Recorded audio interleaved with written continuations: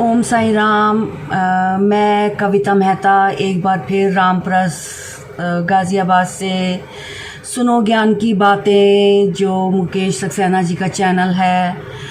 मैं उन बाबा के एक्सपीरियंस हमेशा शेयर करती हूँ। आज मैं एक फिर बाबा की कहानी लेकर आई हूँ, जो कहानी मुझे बहुत अच्छी लगती है और इस कहानी को मैं बार बार पढ़ती भी हूँ।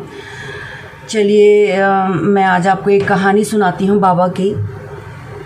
एक गांव में रवि और पायल नाम के दो बच्चे रहा करते थे। दोनों भाई बहन थे और वो अपने माता पिता और अपनी दादी के साथ गांव में रहा करते थे।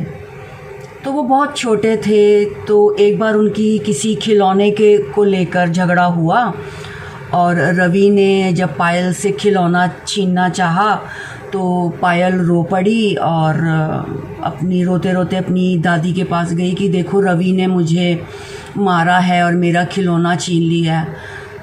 तो उसकी दादी सुनती है और रवि को कहती है कि तुमने पायल को क्यों डांटा, उसको क्यों गुस्सा किया? बेटी तो पराया धन होती है, पायल को तो अगले घर जाना है।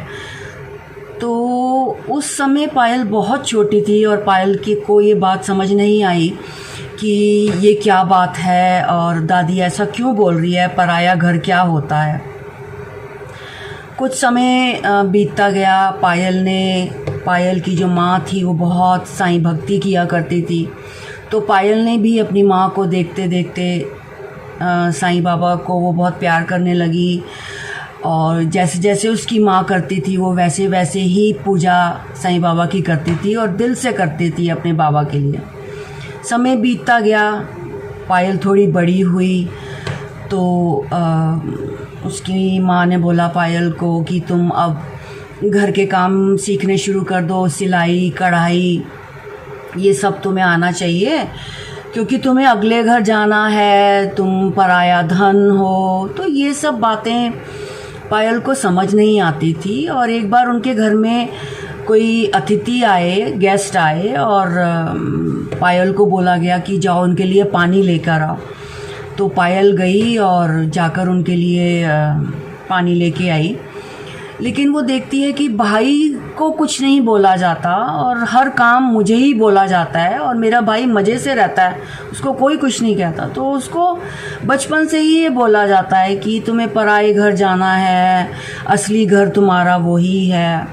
करते करते समय बीतता जाता है। पायल समझदार हो जाती है, लेकिन वो बाबा की भक्ति करना नहीं भूलती और साईं चरित्र भी पढ़ती है वो और अपना बाबा की भक्ति करती जाती है। समय बीतता जाता है।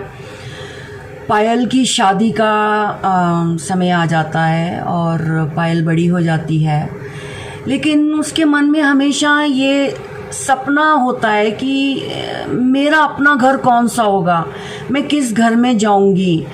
और जब उसकी सगाई हो जाती है और तब उसकी मम्मी बोलती हैं कि बेटा अब तुम्हारा घर वही है, तो वो बड़ी खुश सी होने लग जाती है कि चलियो, जिस घर में मैं जाऊंगी कम से कम वो घर तो मेरा होगा और मैं उस घर को सजाऊंगी, बड़े आराम से रहूंगी, मुझे कोई रोकने टोकने वाला नहीं होगा। तो जब उसकी शादी होती है और उसकी सासू माँ उन हस्बैंड वाइफ का स्वागत करते हैं, उनकी आरती उतारते हैं और एक बड़ा सा कमरा उनको दे देते हैं और पायल उस कमरे को सजाने लग जाती है, अपने बाबा की मूर्ति रखती है और बहुत खुश होती है कि चलो, जो ये घर मेरा अपना है। कुछ समय बाद क्या होता है कि समाचार आता है कि उसके जेठ जेठानी जो विदेश में रहते हैं वो आ रहे हैं घर में और तुमको ये बड़ा कमरा जो तुम्हें दिया गया है ये तुम्हें छोड़ना पड़ेगा और तुम्हें छोटे कमरे में जाना पड़ेगा। पायल बड़ी हंसी खुशी अपने बाबा को उठाती है और दूसरे कमरे में शिफ्ट हो जाती है और जो उनके जेठ जेठानी है वो वहाँ पर रहने लगते हैं। समय बीतता जाता है। पायल के दो बच्चे होते हैं, एक लड़का एक लड़की। और जब समय और बीतता है तो बच्चों की शादी होती है। जब बच्चों की शादी होती है तो फिर अपने पायल को अपना कमरा खाली करना पड़ता है और अब क्योंकि बच्चे 2 हैं तो एक लड़का एक लड़की है, तो लड़की को भी कमरा दे देती है, लड़के की शादी होती है उसको भी। तो आखिर में उनको हस्बैंड वाइफ को एक स्टोर रूम में रहना पड़ता है, और जहाँ पर पायल बहुत बीमार रहने लग जाती है और उम्र के साथ बूढ़ी भी होती जाती है, लेकिन वो अपने बाबा को नहीं भूलती है और अपने बाबा की भक्ति करती चली जाती है। और बहुत उसको खांसी होती है और वो बीमार हो जाती है। समय बीतता है तो एक बार उसको सपने में बाबा आते हैं कि पायल चलो बेटा, मैं तुम्हें लेने आया हूँ, तुम्हें अपने घर जाना है। पायल फिर सोचती है, तो वो बाबा से पूछती है, बाबा ये ऐसा कौन सा घर है जहाँ आप मुझे लेकर जा रहे हैं? तो बाबा उसको, क्योंकि बाबा की उसने बहुत भक्ति की होती है, उसको अपने बाबा पे श्रद्धा सबूरी पूर्ण विश्वास होता है, तो बाबा उसको कहते हैं ये वो घर है जहाँ बस से तुझे कोई नहीं निकालेगा बेटा, जहाँ पर तू हमेशा मेरे साथ रहेगी। और ऐसा करते करते पायल की मृत्यु हो जाती है।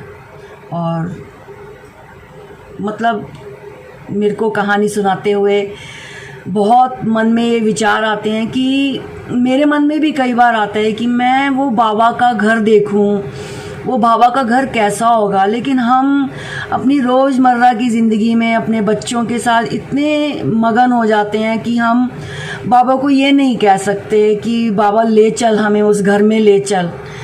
हमारे में हिम्मत नहीं होती। लेकिन मेरे मन में मेरे को अपने बाबा के लिए कि बाबा मुझे जब भी आप अपने घर लेके जाना तो मैं वो घर देखूंगी जहाँ बाबा खाना बनाते थे, और नींद नहीं आएगी तो बाबा की गोदी में सर रख के आराम से मैं वहाँ सो जाऊंगी।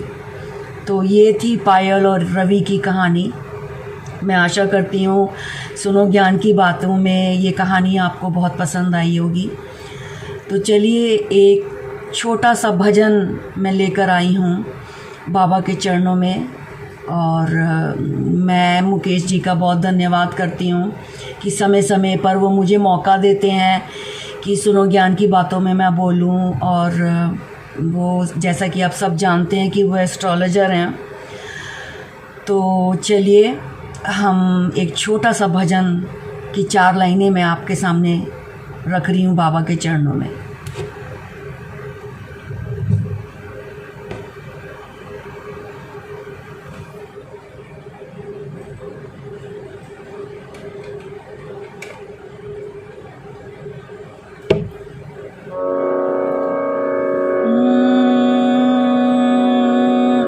सद्गुरु साईनाथ महाराज की जय।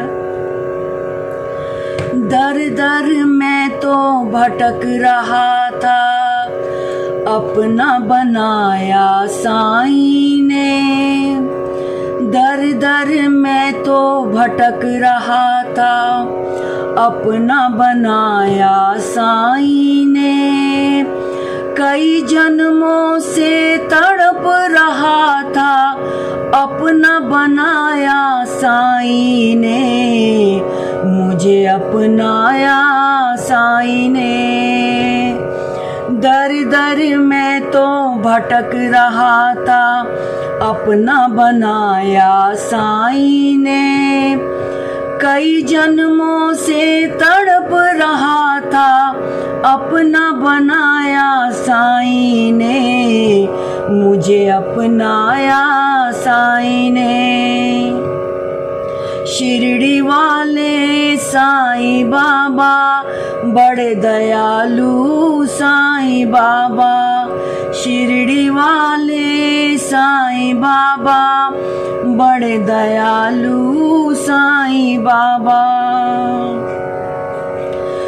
दुनिया भर का ठुकराया साईं, ढूंढ रहा था सहारा में।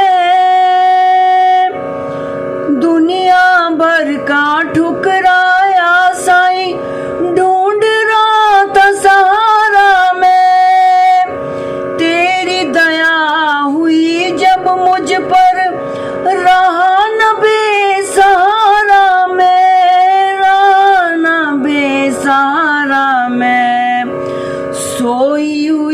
तकदीर मेरी का,